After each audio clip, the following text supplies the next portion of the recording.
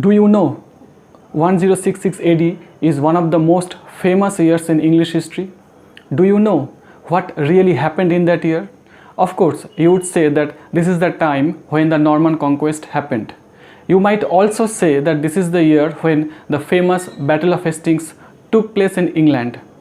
But apart from this Battle of Hastings, there happened also two battles more in the same year 1066, and they are also equally important as the Battle of Hastings.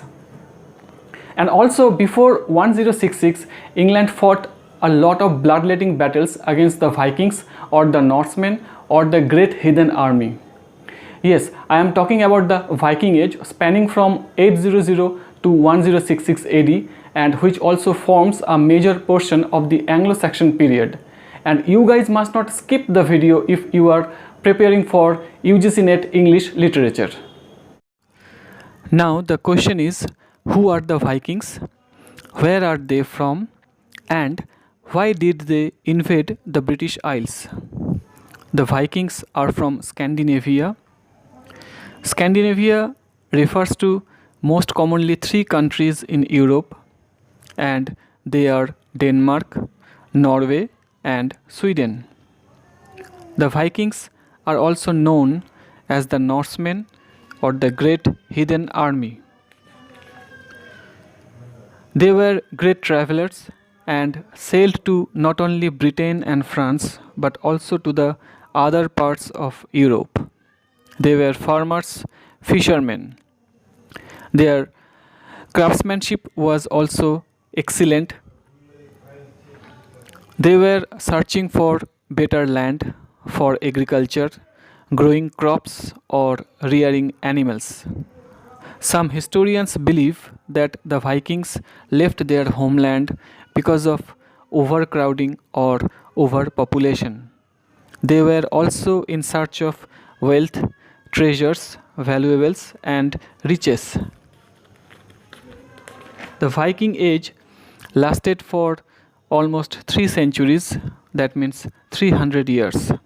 At that time, Anglo-Saxon England consisted of 4 separate and independent kingdoms, and they are East Anglia, Wessex, Northumbria, and Mercia, among which Wessex was the most powerful in terms of its military power.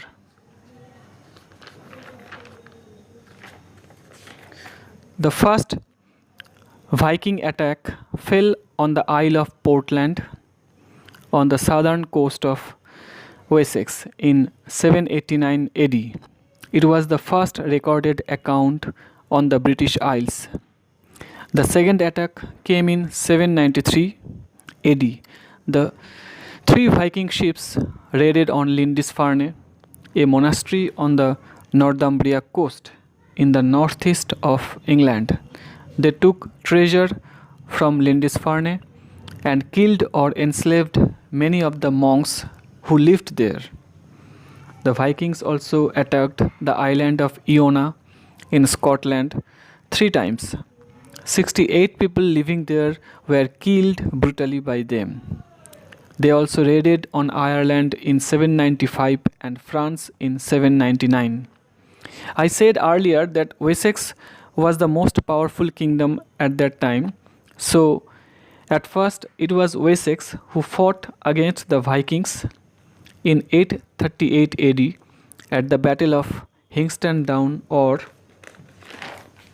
the Battle of Hengest's Hill, which took place in Cornwall. King Egbert of Wessex defeated the Vikings. The second was the Battle of Aclea in 851. Ethelwulf, who was the king of Wessex at that time, became victorious in this war. The third one was very important in terms of its political backdrop. It was the Battle of York in 867 AD. Now this time the Vikings attacked Northumbria kingdom. Ivar and Ubba were the Viking leaders on one side, and Ella and Osbert were the Northumbrian leaders on the other. Northumbria was defeated and went under the control of the Vikings. By 870, the Vikings had conquered two of the four Anglo-Saxon kingdoms, Northumbria and East Anglia. Since East Anglia was the weakest among the four kingdoms, it immediately went under the control of the Vikings. The fourth battle, Battle of Englefield, which took place in 870 AD, Ethelwulf of Berkshire, leader of the Anglo-Saxons, became victorious in this battle. Next came the Battle of Reading on 4th January 871. Ethelred and Alfred, who were the sons of Ethelwulf, were defeated by the Vikings. In the Battle of Ashdown, which took place on 8th January 871, the Anglo-Saxons won. A lot of wars happened in the same year, like Battle of Basing and Battle of Mearton or Marton, where the Vikings won. Battle of Sinwit in 878 saw the West Saxon victory. After that, Battle of Chippenham in the same year was an important one. King Alfred the Great got defeated by the great heathen army led by Guthrum. Alfred fled from Chippenham and took shelter in a place called Athelney. After hiding in Athelney, Alfred rearranged his military power, and again after 3 to 4 months, another war called Battle of Edington took place in the month of May 878. Now this time Alfred the Great disastrously defeated Guthrum, resulting in the Treaty of Wedmore later the same year.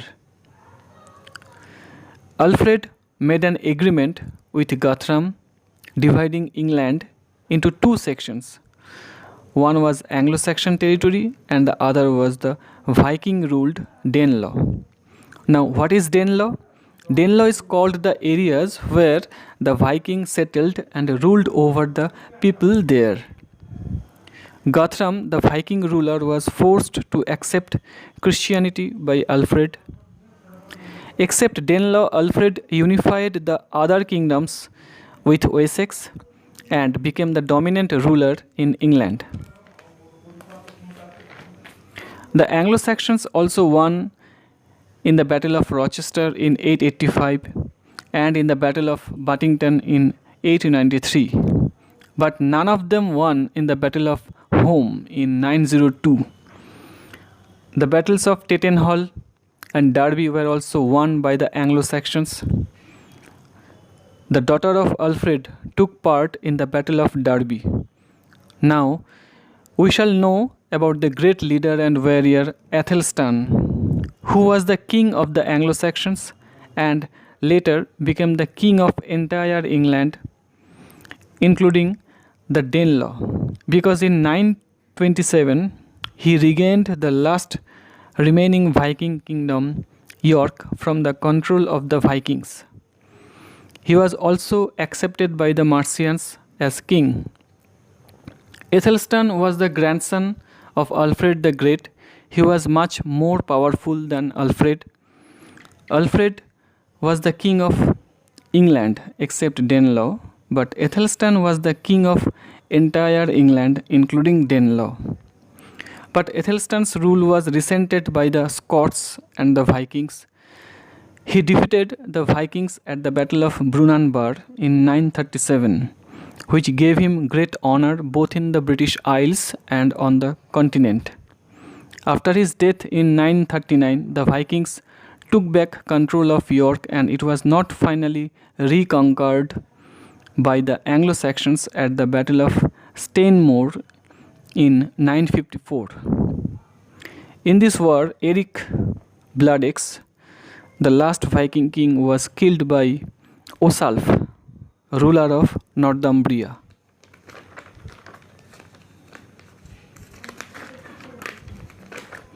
And York was taken back into Anglo-Saxon territory. Now, Battle of Maldon in 991 was also important in the British history. King Ethelred II got defeated by the Vikings and paid 10,000 Roman pounds of silver to them. This process of paying the Vikings was called Dengeld. Now, there happened a lot of battles of Alton, at Pinho, at Thetford, and at Ringmere. Battle of Clontarf took place in 1014 between the King of Ireland and the Vikings. Then came the Battle of Brentford in 1016. Edmund Ironside, son of Ethelred II, defeated Nut the Great, King of Denmark. But Edmund was also defeated by Nut at the Battle of Essendon, or called Ashington, later in the same year. It was also called the Battle of Danes Wood. Now came the turn of 1066 AD. The Battle of Falford was fought on the outskirts of the village of Falford on 20th September 1066 when King Harald III of Norway, also known as Harald Hardrada, and Tostig Godwinson, his English ally, fought and defeated the northern Earls Edwin and Morcar. Tostig was Harold Godwinson's banished brother. He had allied with the King Harald of Norway.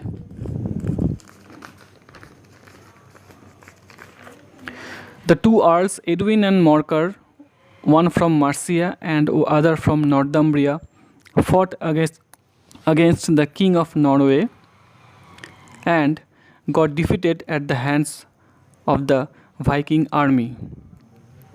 Now, just 4 days later, on 25th September in the same year, took place the Battle of Stamford Bridge between an English army led by the King Harold Godwinson and the Norwegian force led by King Harald Hardrada.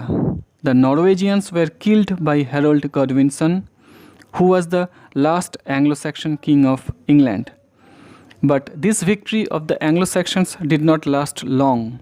Less than 3 weeks later, on 14th October 1066, William, the Duke of Normandy, killed Harold Godwinson, King of England, at the Battle of Hastings, establishing Norman rule in England.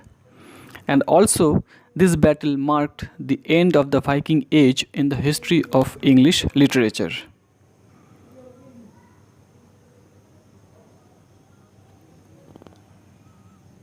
So this is what the Viking Age is. I have tried my level best to explain each and every battle chronologically fought at that time. But if you want to know more about the Viking Age, then please let me know that in the comment section below.